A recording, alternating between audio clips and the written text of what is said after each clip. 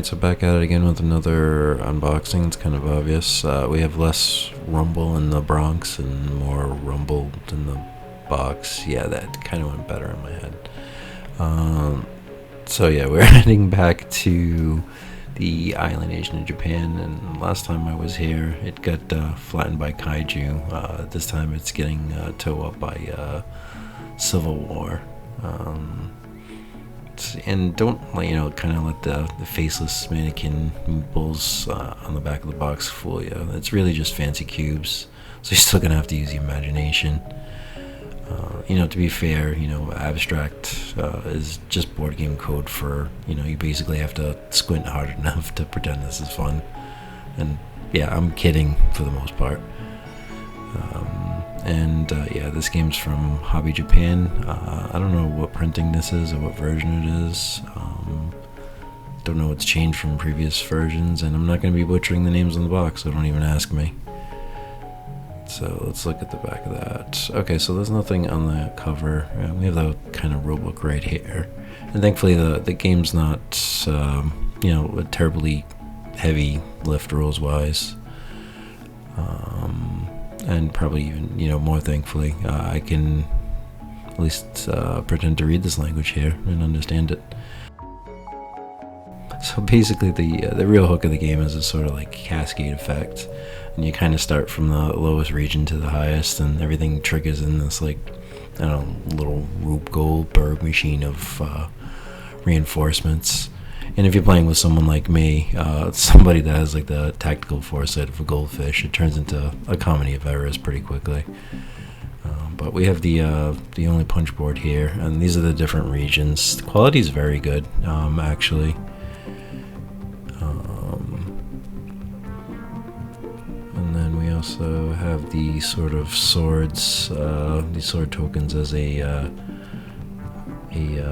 tiebreaker, because just like in real life, diplomacy is at the tip of a katana.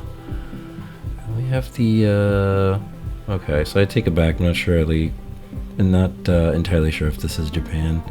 Definitely went with the minimalist approach here. There's some sort of typography. Back of the board is black like my soul. But yeah, I don't know. It's kind of recognizable, but overall it kind of looks like, like a low-budget Rorschach test. Somebody kind of sneezed into a napkin and called it cartography. Yeah, okay, I'm being a bit harsh. It's a serviceable board, really. Different regions there, that's where you kind of place those little hex numbers, but yeah, okay. What else is here? So yeah, this is the version that has the 100% more daimyo included. So yeah, they're generic. They got hats, but at least they're not anthropomorphic animals. Honestly, I appreciate that level of restraint.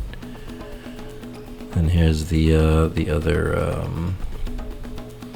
little dudes that you have. The white ones I'm pretty sure are the reinforcements, but they're all pretty much the same.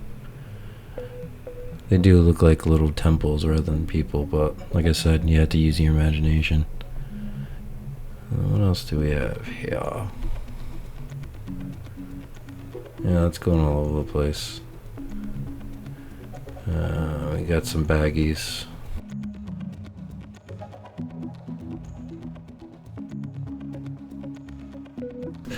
But anyways, yeah, we have the die.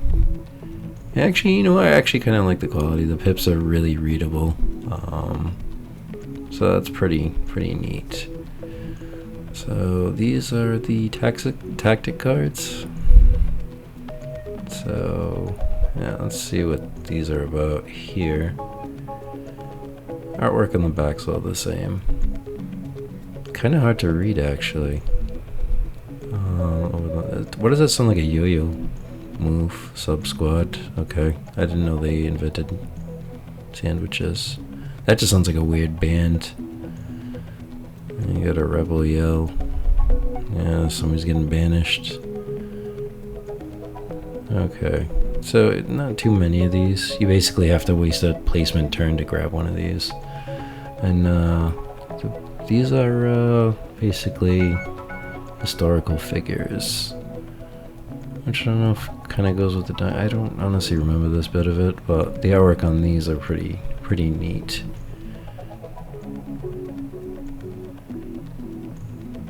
Yeah, I really like the artwork on that. Ironically, these also have no faces, really. Oh, vague. Yeah, these are hard to read. You know, and I'm old enough that I actually remember cursive, so I don't know.